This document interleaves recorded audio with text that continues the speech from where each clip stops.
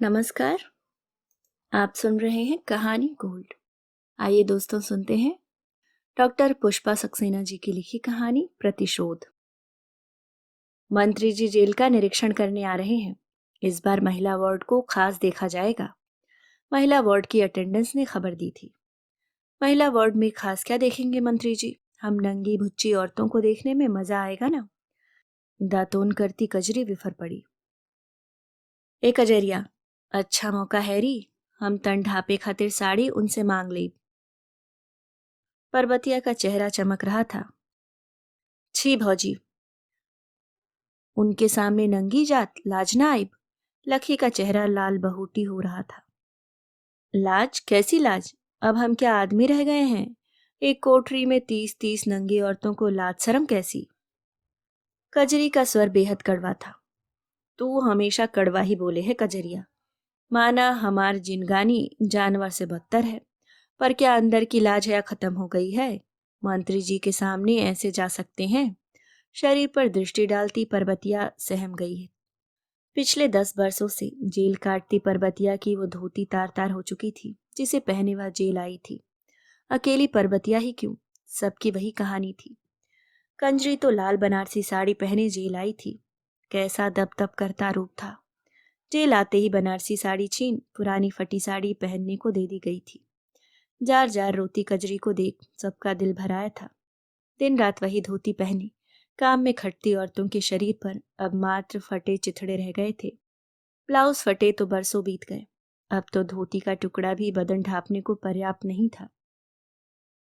Jailer साहब जब आते तो घुटनों में मुंह छिपा औरतें अपनी लाज छिपा लेती थीं।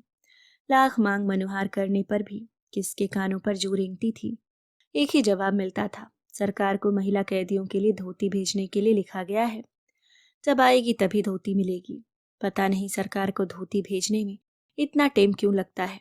मंत्री जी की आने की खबर से उनमें नया जीवन सा आ गया था। अटेंडेंस बता गई थी, कल जेलर साहब के कमरे में मीटिंग हुई है। सब औरतों के लिए धोतियां खरीदी जाएंगी। अरे ब्लाउज पेटीकोट मिली कि नहीं? सुरमैया चहक उठी थी। सब मिली, तनी धीरज रखो। अरे मंत्री जी के सामने औरतें नंगी जाएंगी तो शर्म से सिर न झुक जाए सरकार का।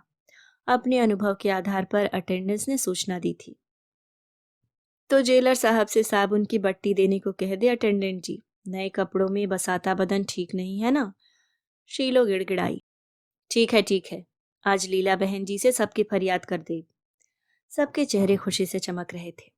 वर्षों पहले छोटे बड़े अपराधों के कारण जेल भेज दी गई ये औरतें अभिशप्त जीवन बिताने को विवश थीं। शुरू में घरवाले उनकी थोड़ी बहुत खबर लेने आते रहे, पर बाद में वे भुला दी गई थी। मुकदमों की तारीखें बढ़ती गईं, कभी टलती गईं। वैसे भी औरत कोई नायाब चीज तो नहीं, एक गई हजार हाजिर। कजरी जब जेल गई थी, हाथ की मेहंदी भी पूरी तरह मैली नहीं पड़ी थी। पति की चाय की दुकान थी। कजरी के ब्याह कर आने से दुकान की आमदनी खूब बढ़ गई थी। उसके हाथ की चाय पीने दूर दूर से लोग आया करते थे। घर में न सास न ससुर, बस एक उसका मर्द जुगनू। कजरी की माँ ने लड़का देखकर ही कजरी का ब्याह किया था। कजरी को अपना मर्द खूब भाया था। गांव में नशा पानी आम बात थी, पर जुगनू का उससे दूर दूर का वास्ता नहीं था। कजरी के आने से घर की काया ही पलट गई थी। दरवाजे पर टाट का पर्दा लटक गया था। बपौती में मिला जुगनू का मिट्टी का घर कजरी ने लीप पोत कर चमचमा दिया था। सुबह से ही जुगनू और कजरी दोनों चाय की दुकान चलाते। उस समय बस अड्डे पर खूब भीड़ होती थी। कजरी को देख जब कोई मनचला सीटी बजाता या गीत गाता तो जुगनू के बदन में आग लग जाती। वो तो कजरी ही थी जो जुगनू को उनसे उलझने न देती। अरे इन बदमाशों का ठिकाना, न जाने कब छुरा घोंप दें। तुम हो तो जहान है, अगर हम पर विश्वास न हो तब न झगड़ा टंटा करो। कजरी मुस्कुराकर जुगनू को घायल कर देती। मोहल्ले वाले जुगनू का भाग्य सराहते न थकते। खुद कजरी 100 जान जुगनू पर कुर्बान थी। उस रात कजरी ही ने सिनेमा जाने की जिद ठानी थी। साथ की सारी औरतें सिनेमा जाती हैं, हम भी शहर जाके सिनेमा देखी। देख कजरिया, तू किसी साथ वाले के साथ सिनेमा चली जा, हम दुकान छोड़ नहीं जा सकते। हमारे खातिर एक टाइम भी दुकान नहीं छोड़ सकते तो ठीक है, हम नहीं जाए बस। मुंह फुलाकर कजरी बैठ गई थी। अच्छा भाई, तुहार खातिर रात की बेला सनीमा चलब। हिया भोला को कह दे चाय दे देगा। अब तो खुश। हंसती कजरी जुगनू की गले में बाहें डाल झूल गई थी। साथ की सहेलियों से सिनेमा की ऐसी ऐसी कहानियां उसने सुनी थी कि सोच कर ही गुदगुदी उठती थी। जुगनू के साथ वो सब देखना कैसा लगेगा।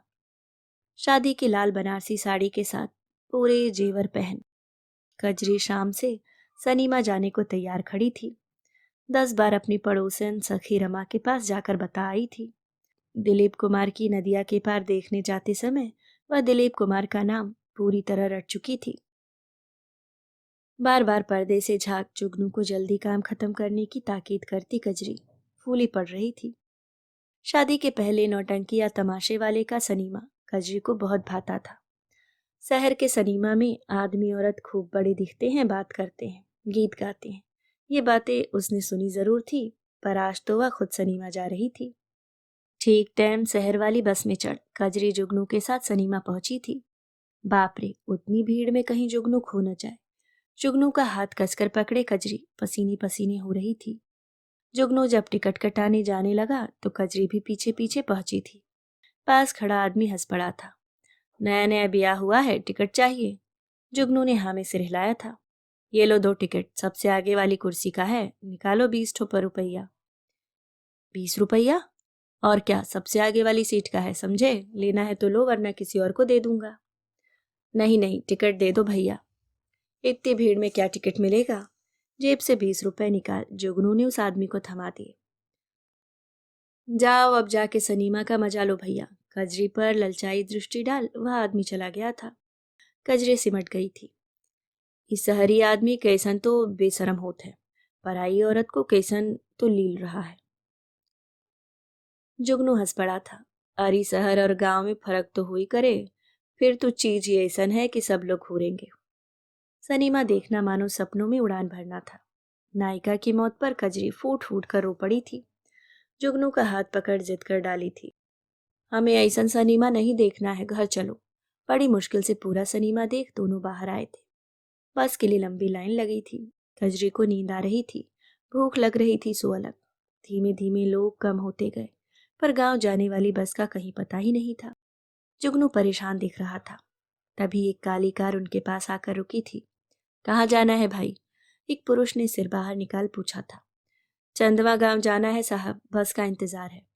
अरे चंदवा, वो तो पास में ही है ना। हाँ, अब तुम्हें गांव के लिए बस नहीं मिलेगी, 10 बजे के बाद उधर के लिए नहीं चलती। पर हमारे संगी साथी तो बस से ही जाते हैं। पहले बस जाती थी, अब बंद कर दी गई है। हाय दैया, आपका हुई। कजरी की भूली दृष्टि में डर तैर रहा था। कोई बात नहीं, आओ, हम तुम्हें छोड़ देंगे। इतनी रात जवान औरत के साथ यहाँ खड़े होने में खतरा है। पर साहब, अब देर न करो, हम उधर ही जा रहे हैं। पुरुष ने पीछे का द्वार खोल दिया था। कजरी और जुगनू पीछे बैठ गए थे। कार तेजी से दौड़ चली थी। धीमे धीमे कजरी का डर और संकोच दूर होता गया था। वह कौतूक से कार के बाहर देख रही थी।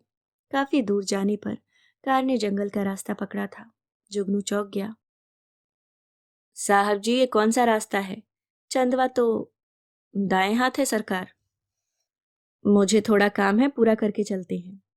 जुगनू शंकित होकर भी चुप बैठने को विवश था। जंगल के बीच कार रोक उस पुरुष ने पीछे आकर कार का दरवाजा खोला था। ऐ, तुम यहाँ उतर जाओ, इसे हम ठीक जगह पहुंचा देंगे। जुगनू का हाथ पकड़ उस आदमी ने उसे कार से उतारने का प्रयास किया था। नहीं, ये हमका छोड़ के ना जाई। जुगनू को कस के पकड़ कजरी रो पड़ी थी।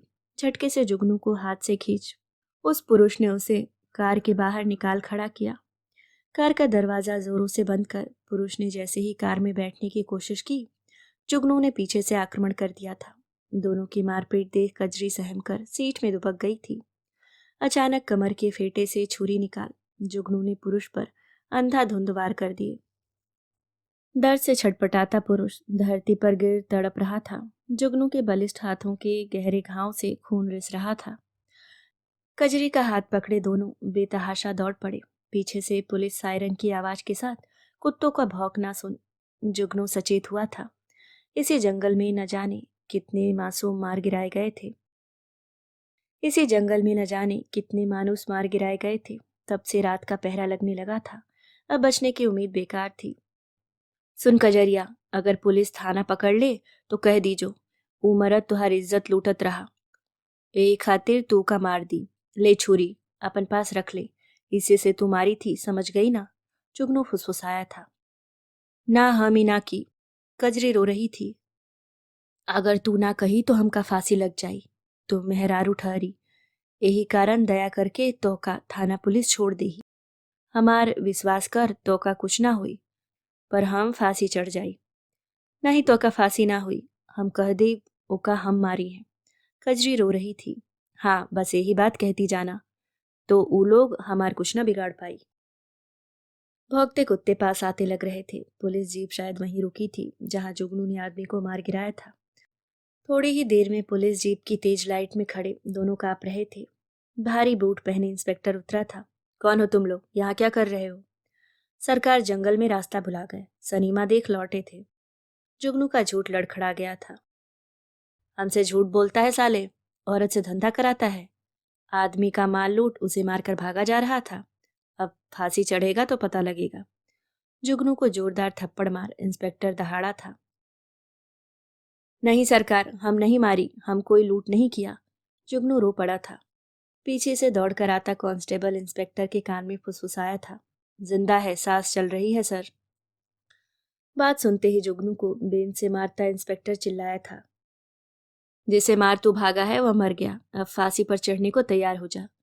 राम सिंह, इन्हें थाने पहुंचाओ और लाश अस्पताल भेज देना। सिपाही को निर्देश दे इंस्पेक्टर जीप में बैठ चला गया। कजरी को देख सिपाही मुस्कुराया था। कहाँ से मार लाया रे, बड़ी जालिम छोकरी है। जुगनू कसमसा के रह गया। कजरी जुगनू से चिपक गई थी। कजरी थर थर काँप रही थी। जुगनू ने हाथ जोड़ पूरी कहानी बता दी। कजरी ने अपनी इज्जत बचाए खातिर रोकर खून कर दिया। वाह रे मरद, तू खड़ा तमाशा देखता रहा और तेरी जोरू ने उसे मार गिराया। सच बता, क्या हुआ था? सच्ची हुजूर, हमको तो जालिम ने सिर पर हैंडल मारा, हम उधर बेहोश पड़ गए थे। जब होश आया तो मरा पड़ा था। कह कजरिया, यही सच्ची बात है कि नहीं? डरती कांपती कजरी ने सिर हिला हाँ कर दी थी। ठीक है, अब इसी पे मुकदमा चलेगा, इसे थाने रहना होगा। इंस्पेक्टर ने जुगनू को अगले दिन आने को कह कजरी को लॉकअप में रखने के निर्देश दे दिए। रो रोकर कजरी का बुरा हाल था। जुगनू ने प्यार से तसल्ली दी थी। तू डरना नहीं कजरिया, हम भोरे ही आ जाए। यहाँ इंस्पेक्टर साहिब हैं, वो देवता आदमी ठहरे, कौन डरना ही है कजरिया। उस रात इंस्पेक्टर और सिपाहियों ने कजरी की पूरी देखभाल की थी। कजरी की चीखों को मुंह में कपड़ा ठूस बंद कर दिया गया था। सुबह तक अर्धमूर्छित कजरी के बदन पर जियोरों की जगह खरोंचे और घाव रह गए थे। सुबह जुगनू जब आया तो इंस्पेक्टर ने घुड़की दे भगा दिया। देख साले, हमें तेरी सच्ची कहानी पता है, अब अपनी सलामती चाहता है तो भाग जा, फिर कहीं इधर मुंह किया तो फांसी पर चढ़ जाएगा। पर वो हमारी जोरू है साहब। अरे बड़ा आया जोरू वाला, उसे भूल जा और दूसरी जोरू रख, मजा कर। तेरे यहाँ औरतों की कमी है क्या रे? आंखों से गंदा इशारा कर इंस्पेक्टर ने सिगरेट मुंह से लगा ली थी। जुगनू को हिचकते देख इंस्पेक्टर ने घुड़का था। अब जाता है या फांसी पर चढ़ेगा? भूल कर भी इधर आया तो पकड़ा जाएगा। जुगनू लौट गया था। उसके बाद न जाने कितनी रातें निर्वस्त्र कजरी ने एक काल कोठरी में काटी थी। ताजुब यही कि उन दरिंदों के पार्श्विक अत्याचार झेलने के बाद भी वह जिंदा रह गई थी। अचानक एसपी के आने की बात पर थाने में हल्ला मच गया था। कजरी के विरुद्ध अवैध धंधा करने का आरोप लगाया था। उसी रात की लाल साड़ी में उसे थाने में पेश किया गया था। हर बात के जवाब में उसे बस हाँ कहना है, ये बात अच्छी तरह समझा दी गई थी। अपराध स्वीकार करने के बाद कजरी को जेल की सलाखों के पीछे कर दिया गया था। इंस्पेक्टर ने उसे बताया था, औरत होने का फायदा उसे दिया गया है, वरना खून के जुर्म में तो फांसी दी जाती है। जेल का अनुभव कम भयावह नहीं था। उसकी लाल साड़ी जबरन छीन ली गई थी। बदरंग पुरानी सूती धोती पहने कजरी जार जार रो रही थी। जेल में रहने वाली औरतों की हालत देख कजरी सहम गई थी। बालों की जटें बन चुकी थीं। कपड़ों के नाम पर फटे चिथड़ों में लिपटी औरतें इंसान कम जंगली जानवर ज्यादा लगी थीं। कजरी पर सब टूट पड़ी थी। वार्डन ने घुड़की दे धमकाकर उसे बचाया था। अगर वार्डन न होती तो कजरी की धोती की धज्जियां उड़ा दी जाती। पिछले कैदी की वही स्थिति हुई थी। उन निर्वस्त्र महिला कैदियों के बीच वस्त्रधारी कैदी महिला अजनबी सी लगती। सबकी अलग कहानियां थीं, पर एक बात कॉमन थी, वे सब औरतें थीं। और अपने औरत होने की सजा भुगत रही थीं। जेल में परबतिया ने कजरी को बहुत सहारा दिया था। जब पहली बार कजरी को वार्डन ने अच्छी साड़ी ब्लाउज दे समझाया था कि उसे बाहर जाना है, तो वह खुश हो गई थी। वापस लौटी कजरी परबतिया से लिपट फूट पड़ी थी। पीठ पर पड़े नीले निशान अत्याचार की कहानी बता रहे थे। परबतिया ने प्यार से समझाया था, अगर उसने वार्डन का कहा न माना तो ऐसी दरिंदगी का सामना करना पड़ेगा जिसे कजरी सोच भी नहीं सकती। सच तो ये था, कुछ औरतें बाहर जाने को बेचैन रहती, कुछ देर मौज मस्ती से वे तरोताजा दिखती। उनकी गंदी बातें सुन कजरी घृणा से भर उठती। तो काहे खून जलाए है? अरे इनका गंदा खून जो न कराए थोड़ा है, परबतिया समझाती। एक साबुन बट्टी, एक बीड़ी या ऐसी ही छोटी चीजों के लिए उनका शोषण होता, पर वे उससे अनजान छोटी सी चीज पा लेने पर गीत गाती। जेल में रहते कजरी काफी कुछ समझ चुकी थी। अन्याय के विरोध में अक्सर उसकी जेल अधिकारियों से कहा सुनी हो जाती। उसे लगता काश ये साहस उसमें तब आया होता जब वह मां बनने वाली थी। बाहर भेजे जाने के क्रम में जब उसे पता लगा उसकी कोख में कोई जीव पनप रहा है, तो खुशी की उमंग आई थी। कोई तो बस उसका अपना होगा। पर बात पता लगते ही उसकी कोख उजाड़ दी गई थी। कितना रोई छटपटाई थी, पर किस पर असर हुआ था? शुरू शुरू में कजरी टकटकी लगा। जेल की सलाखों के बाहर ताकती रहती, जुगनू आएगा, उसे यहाँ से ले जाएगा। धीमे धीमे सच्चाई स्वीकार करनी ही पड़ी। इस जेल में आने वालियों की कुछ दिनों तक घर वालों ने खोज खबर ली। बाद में उनका आना जाना कम होते होते बंद ही हो गया। उनके मुकदमों की तारीखें डलवाने में किसी का कोई आग्रह नहीं था। जेल अधिकारियों की दलील भी कहीं सही थी। 7-8 की जगह 50-60 औरतें होंगी, तो उनकी व्यवस्था कैसे की जाए, उन्हें कहाँ भेजा जाए? मुनिया के मुकदमे की तारीख 10 साल से नहीं पड़ी है। जमुना, कमला, शीला, हरदेई सब यहीं 8-10 सालों से पड़ी हैं, पर उनके मुकदमों की तारीखें नहीं पड़ी। अब तो उनमें से ज्यादातर औरतें अपने घर परिवार को भूल चुकी थीं। शुरू में सब कुछ कजरी को भुला पाना कितना कठिन लगा था। बार बार आंखें भर आती, जुगनू न सही माँ तो आती, और दूसरा तो उनका कोई था ही नहीं। तभी गांव का कृष्णा दिख गया था। कुछ दिनों के लिए उसे जेल में चाय देने का ऑर्डर मिला था। कृष्णा ने जो बताया, कजरी के पांव के नीचे से धरती ही खिसक गई। जुगनू ने दूसरी शादी बना ली थी, अब उसका एक छोटा सा ढाबा भी चल रहा था। उसने सबको यही बताया था कि कजरी कहीं शहर में खो गई। कजरी की विधवा माँ बेटी को कजरी की विधवा माँ बेटी की याद में रो रो कर प्राण त्याग चुकी थी। उस दिन कजरी को लगा था, काश उसे 2 दिन के लिए छोड़ दिया जाए तो उस आदमी को अपने हाथ से फांसी चढ़ा जाए, जिसको फांसी चढ़ने से बचाने के लिए वह हर पल मरती रही है। मिठ बोली कजरी का रूखा स्वर कानों में खटखटाता था। ऐसा लगता था उसे किसी का मोह नहीं। पर जब गिन्नी टूटकर उसकी गोद में आ गिरी थी, तो उसके साथ कजरी भी धार धार रोई थी। उसकी कहानी में कजरी ने अपनी कहानी पढ़ी थी। वही उम्र, वही सलोना चेहरा। एक दिन गुस्से में सौत पर टूट पड़ी थी गिन्नी। गिन्नी को उसके पति से अलग कर देने की कोशिश में उसकी सौत ने क्या क्या प्रपंच नहीं किए थे। गिन्नी के पति के साथ खुल्लम खुल्ला रास रचाती सौत ने गिन्नी को पति के पास फटकने भी नहीं दिया था। जो भी हो, गिन्नी को कम से कम इतना संतोष तो था कि उसने अन्याय का बदला ले लिया। पर कजरी को तो वो संतोष भी नहीं। जेल अधिकारी कजरी से अंदर ही अंदर डरते थे। बेखौफ जो जी में आता, सबके सामने वह कह अपनी भड़ास निकाल डालती। पिछली बार जब कुछ समाज सेविकाएं उनकी दशा देखने आई थी, उस दिन भी उन्हें नई धोती ब्लाउज दिया गया था। कजरी ने साफ कह दिया था, उन्हें दिखाने के लिए ये कपड़े उधार दिए गए हैं, रात में फिर सब नंगी कर दी जाएंगी। उस रात उसकी बेतों से पिटाई की गई थी, पर कजरी जो झेल चुकी थी, उसके बाद उसके बदन पर जैसे बेतों का असर ही नहीं होता था। सुबह सुबह वार्डन कपड़ों के गट्ठर के साथ आ गई थी। बड़े प्यार से कैदी स्त्रियों को बुलाकर समझाया था, देखो आज मंत्री जी तुमसे मिलने आ रहे हैं, तुम सब नहा धोकर ये कपड़े पहनकर तैयार रहना। हमें उनसे क्या कहना है ये भी बता दीजिए दीदी। शरबती ने उन्हें खुश करना चाहा था। हाँ, उनसे कहना तुम यहाँ खूब खुश हो, तुम्हें अच्छा खाना कपड़ा मिलता है, बीमार होने पर इलाज होता है, दवा मिलती है, और बिना दवा मर जाने पर हीरा की लाश की तरह घासलेट डालकर जला दिया जाता है, ठीक है ना दीदी? कजरी का कड़वा स्वर सुन वार्डन तमतमा आई थी। देख कजरिया, आज अपना मुंह बंद रखेगी, वरना याद रख पिछली बार की तरह तेरा बुरा हाल किया जाएगा। तूने बहन जी लोगों से जो उल्टी सीधी कह दी थी, उसी की वजह से मंत्री जी को आना पड़ रहा है। अगर आज कुछ गड़बड़ की तो भगवान ही जाने तेरा क्या हाल होगा। वार्डन की घुड़की पर कचरी हंस दी थी। शंकित वार्डन चली गई थी। सारी औरतें नल पर पहुंच गई थीं। नहा लेने की जल्दी में वे आपस में लड़ाई झगड़ा गाली गलौज कर रही थीं। थोड़ी सी देर की खुशी भी उन्हें पुराने अच्छे दिन याद करा देती थी। बस कुछ देर को नई धोती कपड़े पहन वे बीत गए पलों को जी लेती थी। नए कपड़े पहन अपने चेहरे को शीशे तके निहारने को वे बेताब थीं। न जाने कहाँ से टूटे शीशे का एक टुकड़ा बतसिया उठा लाई थी। अपने को निहारने की जल्दी में शीशे के टुकड़े की छीना झपटी में न जाने कितनों के हाथ घायल हो गए थे। कजरी अपनी जगह से नहीं उठी थी। ऊपर पुड़तया निर्वस्त्र कजरी, नीचे धोती का छोटा सा फटा टुकड़ा लपेटे थी। मंत्री जी की जय जयकार करते मंत्री जी के साथ जेल के सारे अधिकारी, पुलिस वाले महिला कैदियों से मिलने आ गए थे। सारी कैदी स्त्रियों ने बड़े अदब से मंत्री जी को प्रणाम किया। मंत्री जी ने पूछा, आप लोगों को यहाँ तकलीफ तो नहीं है? नहीं, हम बहुत खुश हैं सरकार। मंत्री जी की जय। शरबती ने हाथ जोड़ जवाब दिया था। हाँ हाँ, हमें कोई तकलीफ नहीं है मंत्री जी। ये देखो हमारे कपड़े कितने अच्छे हैं। अच्छे हैं ना मंत्री जी? कमर में लिपटा चिथड़ा हवा में उड़ाती निर्वस्त्र कजरी हुंकार रही थी।